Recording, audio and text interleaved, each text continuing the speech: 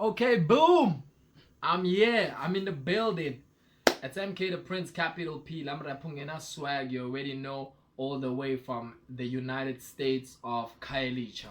You know, um, just to quickly give you a brief, or let me just get straight to the point without the brief, man. You already know me. You already know what I do.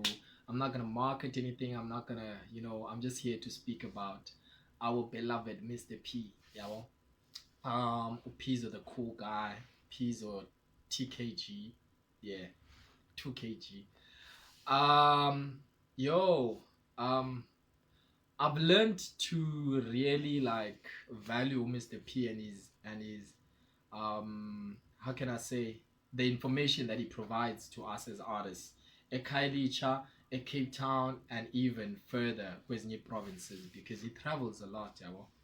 And every place that he touches, he spreads wisdom, and I like that about him. But how did I meet Mr. P? Just to take it back, how did I meet Mr. P? When I started doing hip hop music, Mr. P was already a household name. He was already big. He was already known.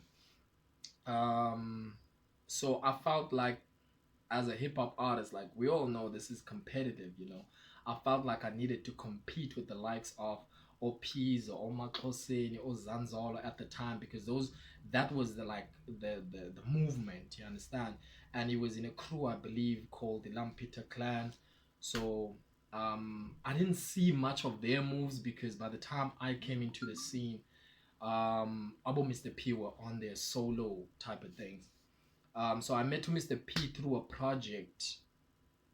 I saw him before that, but for us to be able to interact and exchange talents, and it was through Uzi project, which was a project whereby we did poetry, we did it drama, we did it dance, we did it rap, we did all of these things.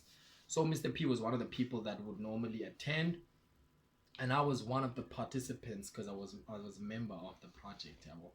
So there was a song that I used to perform Payana, one of my first two songs that I did. My first two songs that I did that kind of gave me attention from the people was Uspokazi, a song titled Yes Pokazi, and then a song titled The Mic Is On. Those were my very first songs that I wrote, and those were the very first songs that gave me attention from the masses. So, Mr. P happened to like, or the mic is on. So, being Mr. P, and he was big at the time, when you spoke of Pizzo, you spoke of someone big. Even now, when you speak of Pizzo, you're actually speaking of someone. So he approached me on some, yo, I can make a beat for this song. If you're cool with that, because I didn't have a beat for the song. I just wrote the song. It was a cappella, and I just went on whatever beat. So I was like, yeah, nah, it's cool. I would love for you to do a beat for the song. You understand? It would speak a lot for me, because one, this song means a lot because it's one of my first songs, and two, it would give it more value seeing that about Mr. P that's doing the video. I mean the beat. So we ended up having to do a beat, something that I can't, I never ever forget this part. When we went to his place to do the beat, he asked me, bah, okay, so what's the tempo of this song? And now all that I knew is that I wrote this song, and it's a very fast paced song. You understand? So I told him, yo, the tempo is like very high of this song. He's like, okay, so what tempo do you think would work? And I said the tempo was 220. I don't know where I got the number, but I just said 220, and it was like, yo. And immediately I knew, but I just said something wrong now. But he tried to make a beat that was 220 in tempo, and immediately I picked up, but nah, this beat ain't it. And then he then decided, okay, just rap the song. I rapped. I think he said I must do the hook. I did the hook. He quickly did a beat. Fast forward, that's how we met. I then pushed that song, because I was very comfortable with the song. I was very confident because I know the beat is of quality, because Mr. P did it, and at that time, that quality was the standard. So that's how we met with Mr. P. Um, just quickly trying to check as to another question that I want to touch on. Um, how did we meet? Okay, it was through Uzi. When did we meet? It was, I'm not sure about the time more or less as to which year it was. It was a long time ago, probably 2006, 2007 or something like that. But to get straight to the point, the impact that Mr. P has had in my career, I don't want to lie. After Mr. P did that beat for me, I never heard from Mr. P. I never like I don't know, probably I felt like I needed the validation from him because he did the beat, and I felt like he was someone that people looked up to back in the day. So I felt like I needed some sort of validation from him, but I never heard from him. And then after that, he started signing artists under his label, and then I felt like, but why is he not thinking of me? You understand? And then for some reason, I had some sort of hate for him. And that made me thrive even further because I wanted to prove that I can get to that level or even above without the help of anyone. Because at that point, I didn't want anyone's help because I felt like every time I looked up to a person and that person was supposed to help me, they never did. You understand? So I just wanted to prove that I can do things on my own and just build from there. And then that's when I started working. People were starting to notice me, calling me to their studio, started recording different versions of Mike is on, different versions of Uties Pokazi, had new songs that were popping up, having studio sessions, did collaborations with Jack Barrow. And at that time for me, I felt like, yo, I'm doing the things, you understand? And I was trying to stay away from Lelenio Mr. P, but then there was Onqilike and Blues at Volteria's Records. They pulled me in and they were like, yo, let's work. You understand? And I was like, yo, I'm good, let's work. You understand? And then I stopped doing the hip hop that I was doing, which was English. I started going into the vernac type of things because I wanted to prove that, yo, even though I do this, I can also do this. You understand? So that's when I started working with the Obonqilike. We did crazy songs such as Haters, um, and other songs. But then I decided, you know what? Yes, I'm getting the attention that I want, but it's not what I wanted for. So I wanted to be for what I originally started doing. So I asked the blueser to do a beat for me, and then I did a song called "Oh Blow." Blow was backing over into the English type of raps, and then I got back to that. Fast forward, I started moving on myself, doing a couple of things. I dropped Dedication, which was my first project. After dropping Dedication, I then worked and got my own studio equipment. After that, it was more comfortable for me to work. I then worked on something that was exactly what I wanted to do. I did a mixtape. Mixtape was titled The Experiment Tape. I think that's it.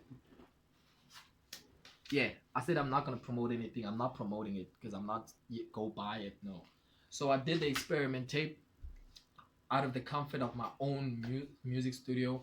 Worked with the lights of about Diesel, Charlie the Third, Dini TM. That was my team that I was working with at the time. We then I don't want to say graduated, but we went from there and then we started shooting videos and all of that. Started learning different type of things just to try and push the content that we had. And very importantly, I started working with people like Abo DJ Ready D, DJ Azul. They started reaching out to me, and then we started working. And then after that project, I worked on a song with the DJ Azul, which was a smoke. I worked on a project with the DJ Ready D that we did with the Red Bull. And then I then did a different project.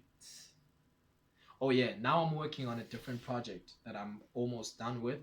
And in the process of working on that project, that's when I then linked back with the Mr. P game. So I was trying to fast forward through my journey so that you know as to how Mr. P impacted my journey in music.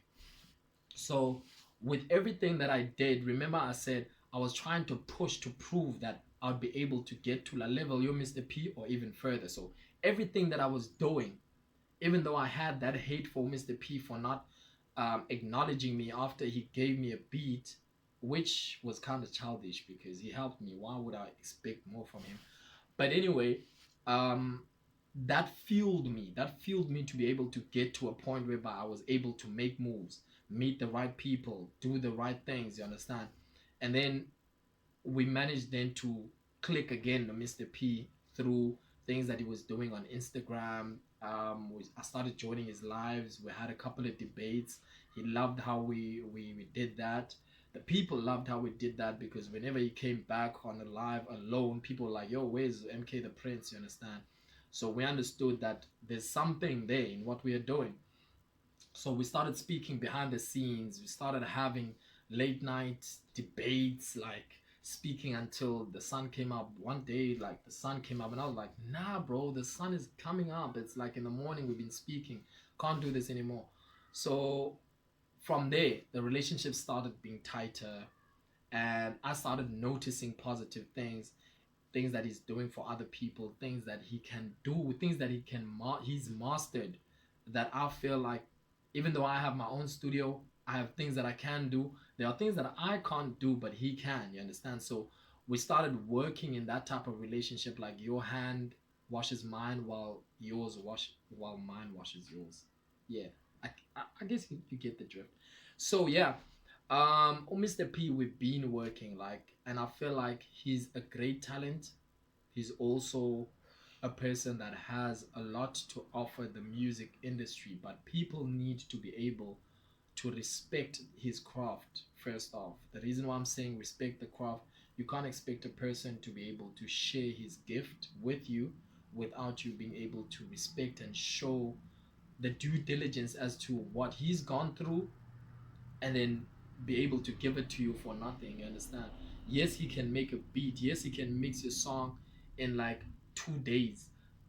But understand that he had to learn for like probably 10 years of mixing and mastering to get to that 2 days. You understand? So I feel like he's a great talent. There's a lot of things that we can learn from him. There's a lot of things that he can share with us if only provided we give him the platform and then we listen to what he has to offer. Obviously, he's always open to hear what another person wants to bring to the plate. And I feel like if we bring something and add it to what he has, sky's the limit. Sky ain't the limit because I ain't a Sundowns fan. I'm a Kaiser Chiefs fan. So yeah, that's that. MK the Prince, capital P, Lamrapung Swag, signing out. The project is coming out soon. It's titled 8:20 p.m.